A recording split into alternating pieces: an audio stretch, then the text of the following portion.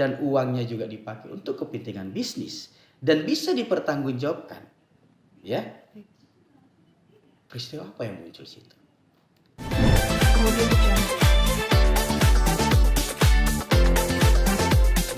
Kemudian tidak ada peristiwa pidana di sana sehingga Mas Tiko tidak ada sama sekali menggelapkan uang yang dituduhkan. Kalau berbicara dengan laporan AW di Polres Jakarta Selatan, peristiwa pidana itu adalah apakah benar suatu laporan itu ada fakta hukum terjadinya suatu tindak pidana. Okay.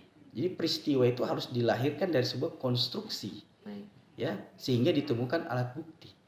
Kalau peristiwa hukum pidananya saja ini tidak ada karena dianggap ini adalah bisnis, ya, dan uangnya juga dipakai untuk kepentingan bisnis dan bisa dipertanggungjawabkan, ya. Peristiwa apa yang muncul situ?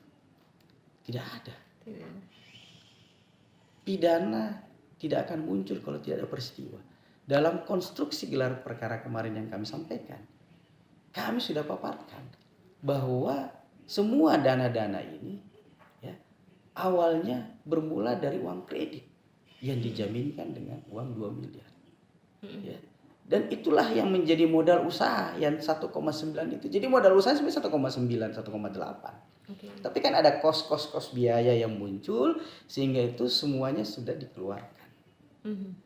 Jadi ketika itu semua dipermasalahkan, ya, dengan angka-angka yang berubah, ya, pelapor juga tidak inkonsisten, sangat tidak konsisten. Kami melihat inkonsistensinya dari 147 juta, dari 6,9, sekarang 2 miliar. Jadi peristiwanya yang mana sebenarnya? Kalau pelapor sendiri ragu dengan laporannya, kenapa harus penyidik bersusah payah untuk mempertahankan penyidikan ini? Berikan keadilan kepada orang yang difitnah, ya, dicemarkan nama baiknya, ya. Ambil. Bang, ini mendistribusikan data yang ada di laptop.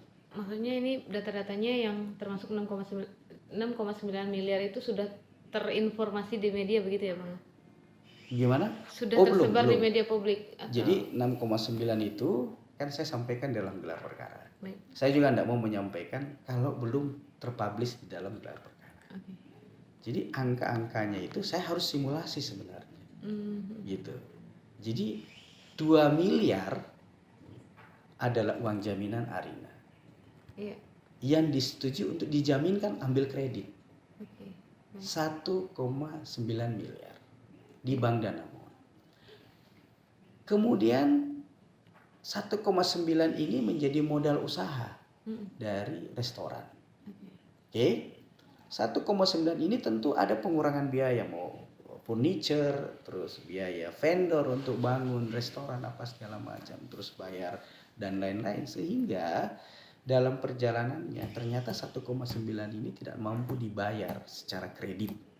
Sehingga tahun 2017 kurang lebih, ya, dana jaminan ini atas kesepakatan Arina dan Tiko cair untuk menutupi kredit yang diambil. Ya. Nah, dari cairnya tersebut ada hitung-hitungan kelebihan dan apa segala macam, itu menjadi permintaannya untuk dikembalikan atau gimana, ya, itu udah jelas. Nah, ini 2 miliar ditambah 1,9 miliar yang sudah dipakai secara operasional. 2 miliar juga ini tidak dalam penguasaan Mas Tiko, ada di Bank Danamon karena sebagai jaminan. Kemudian ditambah lagi sebuah proyeksi laba rugi yang terjadi, ya, seolah-olah ini masih angan-angan, sekitar 2,2 miliaran. Ya. Jadi uang yang belum ada ditambah yang tadi 2 item ini menjadi total 6,1. Oke. 6,1 ditambah 800 juta nilai selisih katanya. Berkaitan dengan furniture yang ada di restoran. Furniture itu masih ada di restoran gedung DH Tower. Karena tidak bisa membayar sewa, maka furniture itu ditahan oleh pihak restoran. Jadi 4 item ini digabung menjadi 1, ditambah totalnya 6,9. Masuk akal nggak hitungan itu? Sedangkan yang namanya penggelapan itu uang atau benda berada dalam penguasaannya yang dituduhkan. Pertanyaan saya, apakah Mas Tiko menguasai dari 4 item ini? Sama sekali tidak. Dan itu semuanya kepentingan bisnis. Itulah yang dinamakan tidak ada peristiwa pidana. Jadi kalau tidak ada peristiwa pidana, saya mohon kepada Bapak Kapolri, Bapak Kapolda Metro Jaya, Bapak Kapolres Metro Jakarta Selatan, kita ini penyidikan polisi saya anggap sudah profesional. Ya, saya yakin kalau proses pidana saja tidak ada, tidak usah ragu, hentikan perkara ini. SP3, kasihan kepastian hukum seseorang, ya, dituduh dengan suatu tindak pidana yang peristiwa pidananya saja tidak ada, ya. Setelah saya mendapatkan informasi dan mengumpulkan bukti-bukti yang ada, ternyata memang di dalam proses laporan polisi yang ada di Polres Metro Jakarta Selatan, klien kami itu sudah melakukan pendekatan persuasif. Karena ini kan mantan istri, ada anak-anak yang harus kita jaga. Tapi sebelum naiknya sidik ada pertemuan-pertemuan yang Mas Tiko juga kaget mendengar angka-angka itu.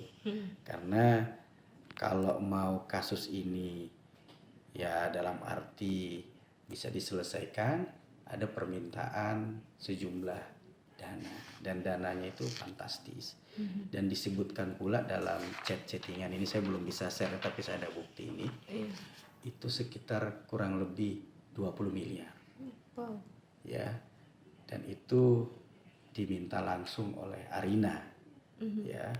Apabila ini perkara mau beres, ya lu harus bayar 20 miliar dan bukti-buktinya ada. Ya.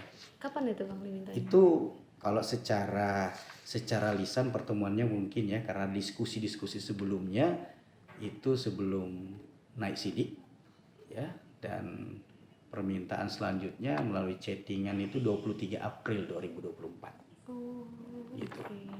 Jadi setelah naiknya sidik ya, karena Maret kalau tidak salah naik sidik, kemudian ada permintaan melalui chat itu 20 miliar. Makanya saya nggak tahu motif apa sebenarnya dalam laporan polisi ini. Kok pelapor itu sudah berubah-berubah, laporan dugaannya berubah-berubah, tidak ada peristiwa pidana, tapi ya apakah memang benar-benar gagal move on atau gimana, saya nggak ngerti lah.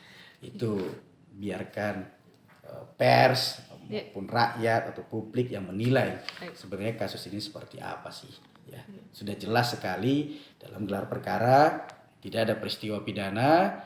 Dan memang ada motif lain di balik laporan polisi, ternyata ada permintaan dana tertentu. Gitu. Kan punya anak-anak dengan Mbak Rina, itu ada kesulitan tidak Bang untuk bertemu dengan anak-anak? Atau memang normal aja, masih baik-baik? Kalau pertemuan mungkin 2 minggu sekali ada. Tapi setelah kasusnya ini baru rutin 2 minggu sekali, dan itu pun menurut informasi dari pihak keluarga tidak lama, 2-3 jam udah, dan itu pun dikawal sendiri oleh Arina, ditungguin oleh Arina ya. Jadi Mas Tiko juga merasa bahwa ada yang tidak puas juga bersama dengan anak-anaknya. Beliau kan enggak apa-apa dong pinjam anak, atau kan bapaknya sendiri. Secara psikologis anak itu butuh seorang sosok ayah di sampingnya, dan Mas Tiko selalu walaupun nggak dibukain pagar tetap aja nungguin di depan sana. Jadi kan ya mudah-mudahan ini kasus ini bisa memberikan pencerahan kepada Awe ya, untuk sadarlah bahwa ada haknya juga Mas Tiko di dalam putusan perceraian yang sudah diucapkan di Pengadilan Agama Jakarta Selatan. Gitu. Akan dipanggil lagi kapan? Kemudian terlapor sendiri juga akan dipanggil kapan? Sudah dapat info belum? Untuk sementara kan ini laporannya masih baru ya, masih di bulan ini juga ya. Jadi sekarang mungkin masih mindik atau tata naskahnya masih dipersiapkan, dan panggilannya memang saat ini belum ada ke Mas Tiko. Malah kita lagi persiapkan untuk menunggu panggilan. Okay. Mas Tiko sendiri siap ya untuk ya akhirnya kan ini jadi panjang gitu. Sebenarnya Mas Tiko dari kemarin-kemarin kan mencoba untuk lebih wise ya. Tapi kan karena tidak ada juga itikat baik dari sisi sana, kemudian framing media juga yang cukup ya apa namanya mendiskreditkan ya. Ya sudah, kemarin medianya sudah, forumnya ada di gelar perkara, ya kita sampaikan, dan faktanya ya menguntungkan kita menurut saya ya gitu. Bukti apa Bang yang kemarin dibawa ke Polda Bang? Banyak.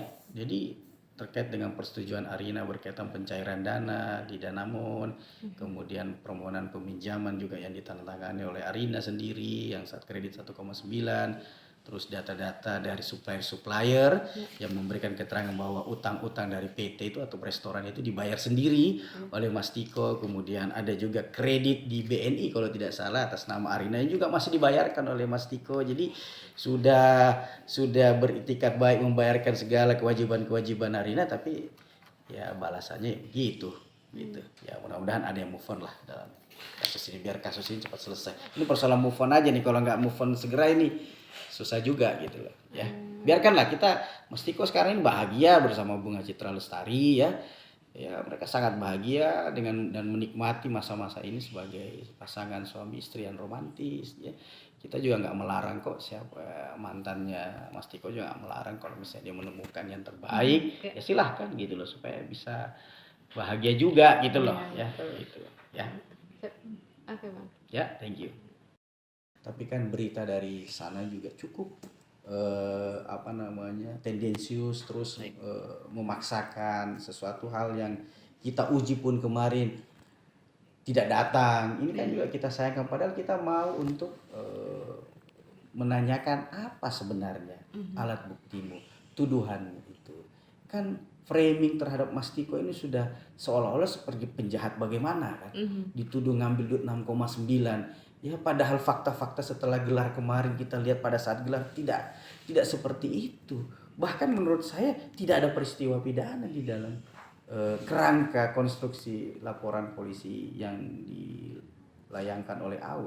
Oleh sebab itu memang ada laporan polisi terhadap AW sendiri yang kita layangkan di 12 Juli 2024. Itu Mas Tiko sendiri yang hadir ke SPKT, tanda tangan dan membuat laporan kepada Arina Winarto berkaitan pasal 32 Yunto pasal 48 Undang-Undang ITE. Apa yang dilaporkan ya berupa adanya pengambilan paksa ya data-data milik di dalam laptop iMac milik Mas Tiko. Ya, data-data file tersebut adalah data-data yang berharga berupa data-data perusahaan, data-data berupa ya properti, galeri, foto-foto dan video, dan mungkin juga ada beberapa lagu yang merupakan properti ekonomis yang Mas Tiko pergunakan di dalam dia sebagai musisi ya.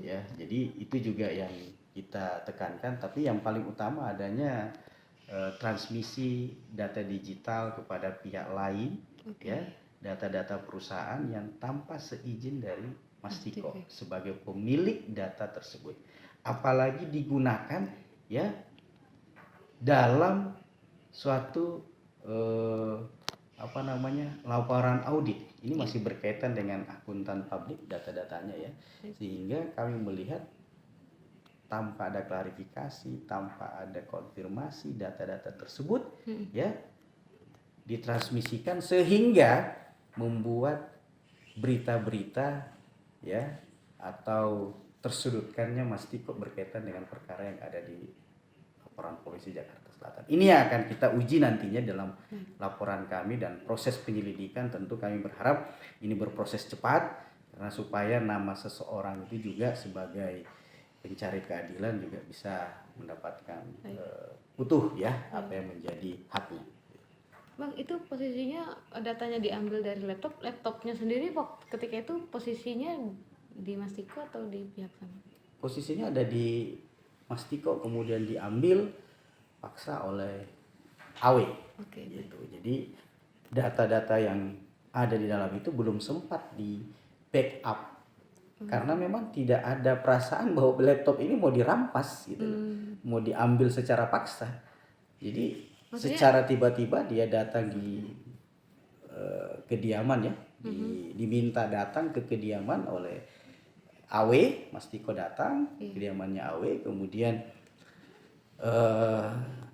laptop itu diambil. Ya kalau seandainya mungkin ya mau diambil ya mau dimanfaatkan mungkin karena alasan buat anak apa segala macam ya kita nggak tahu ya. Tapi yang jelas ada juga data-data berkaitan dengan permintaan laptop itu yang memang Arina menolak untuk memberikan. Oke. Sekarang laptopnya Ada dalam penguasaan AW. Oh, oke. Itu milik pribadi Mas Tiko. Ya, secara informasi dari klien kami, baik data pribadi maupun keduanya kan laptop itu ya memang milik perusahaan ya. Ya, kalau pembuktian milik siapa ini kan agak sulit karena dulu kan mereka ini kan laptop ini adalah milik suami istri ya, kemudian sekarang itu waktu bercerai dikuasai oleh Tiko ya kan. Jadi kan harusnya kan concern saya bukan persoalan siapa milik ini siapa, tetapi ada data pribadi berkaitan dengan undang-undang ITE yang ditransmisikan atau dipindahkan ya kepada pihak ketiga tanpa seizin dan konfirmasi, dan ini merugikan dari Mas Tiko. Gitu. Oke. Bang, tadi ada apa? Tidak ada peristiwa di Polres Jakarta Selatan. Kami terakhir kemarin sudah gelar perkara khusus ya, permohonan kami telah disetujui dan akhirnya dilakukan gelar perkara pada hari Jumat minggu lalu. Ya. Apa yang menjadi tujuan dan target kami untuk meminta gelar perkara supaya proses penyidikan yang ada di Polres Metro Jakarta Selatan itu adalah merupakan proses yang terbuka dan akuntabel, sehingga tujuan hasil yang kami harapkan bahwa nantinya bisa memberikan rujukan atau rekomendasi bahwa sebenarnya penyidikan ini ada atau tidak adanya peristiwa pidana. Apakah alat bukti yang menjadi dasar naiknya penyidikan itu memang punya kekuatan hukum pembuktian atau sebenarnya tidak. Makanya gelar perkara khusus itu dibuat. Karena kalau peristiwa hukumnya saja tidak ada, kemudian mau membahas alat bukti itu sudah tidak relevan. Jadi sebuah penyidikan itu harus menemukan dulu peristiwa hukum pidananya ada atau tidak. Itu yang menjadi central point di dalam sebuah proses perkara pidana. Ya. Dan itulah yang menjadi tujuan kita sehingga terjadilah gelar perkara kemarin. Cuman kami sayangkan ya pihak pelapor hanya diwakili kuasa hukumnya. Seharusnya forum kemarin itu dimanfaatkan oleh Arina Winarto sebagai pelapor untuk memberikan ya penjelasan atas laporannya. Karena kebingungan kami juga ya ketika kami tanyakan sebenarnya tuduhan penggelapan ini berapa dan bagaimana, lawyer mereka nggak bisa jawab. Jadi oleh sebab itu ya peserta gelar kemarin juga ya cenderung melihat bahwa pelapor ini tidak bersungguh-sungguh bisa menjelaskan apa sebenarnya tuduhan mereka kepada klien kami. Berubah-ubah ya katanya. Berubah-berubah. Kalau Anda lihat di media itu katanya 2017 ada 147 juta. Kemudian tiba-tiba melonjak jadi 6,9 miliar. Sekarang terakhir mereka lagi ribut bagaimana 2 miliar. Kan bingung kita. Ya kan? Jadi sebab itu peristiwa pidana itu betul-betul harus ditentukan terlebih dahulu ada atau tidak. Tidak boleh menaikkan suatu penyidikan, memeriksa atau menuduh seseorang itu dengan alat bukti yang sangat lemah, nggak boleh. Bang, sebelumnya sudah pernah belum mediasi antar mereka berdua nih Bang, Mas Tiko dengan mantan istrinya Mbak Arina? Gini, kita menunggu mediasi itu karena kemarin kan pihak kepolisian Resort Metro Jakarta Selatan sudah berkeinginan menjadi mediator. Namun tiba-tiba kami melihat lawyernya diganti. Ya kan? Kemudian lawyer yang baru juga pada saat gelar perkara tidak mampu menjawab apa-apa. Jadi kita tidak tahu motivasinya apa dari pelapor, ya kan? Tapi apapun itu, kami tidak menjadi konsentrasi kami, ya, dalam hal mediasi, kecuali keinginan daripada pihak pelapor sendiri. Karena kan ini kami berkonsentrasi bagaimana konstruksi pidana ini tidak menjadi sebuah sebuah tindak pidana yang sesuai dengan tuduhan mereka. Kami berusaha membantah semua tuduhan-tuduhan mereka dalam gelar perkara maupun dalam pemeriksaan sebelumnya. Dan saya pikir di dalam Polres Jakarta Selatan kami terakhir kemarin sudah gelar perkara khusus, ya. Permohonan kami telah disetujui dan akhirnya dilakukan gelar perkara pada hari Jumat minggu lalu. Ya. Apa yang menjadi tujuan dan target kami untuk meminta gelar perkara supaya proses penyidikan yang ada di Polres Metro Jakarta Selatan itu adalah merupakan proses yang terbuka dan akuntabel, sehingga tujuan hasil yang kami harapkan bahwa nantinya bisa memberikan rujukan atau rekomendasi bahwa sebenarnya penyidikan ini ada atau tidak adanya peristiwa pidana. Apakah alat bukti yang menjadi dasar naiknya penyidikan itu memang punya kekuatan hukum pembuktian atau sebenarnya tidak. Makanya gelar perkara khusus itu dibuat. Karena kalau peristiwa hukumnya saja tidak ada, kemudian mau membahas alat bukti itu sudah tidak relevan. Jadi sebuah penyidikan itu harus menemukan dulu peristiwa hukum pidananya ada atau tidak. Itu yang menjadi central point di dalam sebuah proses perkara pidana, ya. Dan itulah yang menjadi tujuan kita sehingga terjadilah gelar perkara kemarin. Cuman kami sayangkan, ya, pihak pelapor hanya diwakili kuasa hukumnya. Seharusnya forum kemarin itu dimanfaatkan oleh Arina Winarto sebagai pelapor untuk memberikan ya penjelasan atas laporannya. Karena kebingungan kami juga, ya, ketika kami tanyakan sebenarnya tuduhan penggelapan ini berapa dan bagaimana, lawyer mereka nggak bisa jawab. Jadi oleh sebab itu, ya, peserta gelar kemarin juga, ya, cenderung melihat bahwa pelapor ini tidak bersungguh-sungguh bisa menjelaskan apa sebenarnya tuduhan mereka kepada klien kami. Berubah-ubah ya katanya. Berubah-berubah. Kalau Anda lihat di media itu katanya 2017 ada 147 juta. Kemudian tiba-tiba melonjak jadi 6,9 miliar. Sekarang terakhir mereka lagi ribut bagaimana 2 miliar. Kan bingung kita. Ya kan? Jadi sebab itu peristiwa pidana itu betul-betul harus ditentukan terlebih dahulu ada atau tidak. Tidak boleh menaikkan suatu penyidikan, memeriksa atau menuduh seseorang itu dengan alat bukti yang sangat lemah, nggak boleh. Bang, sebelumnya sudah pernah belum mediasi antar mereka berdua nih Bang, Mas Tiko dengan mantan istrinya Mbak Arina? Gini, kita menunggu mediasi itu karena kemarin kan pihak kepolisian Resort Metro Jakarta Selatan sudah berkeinginan menjadi mediator. Namun tiba-tiba kami melihat lawyernya diganti. Ya kan?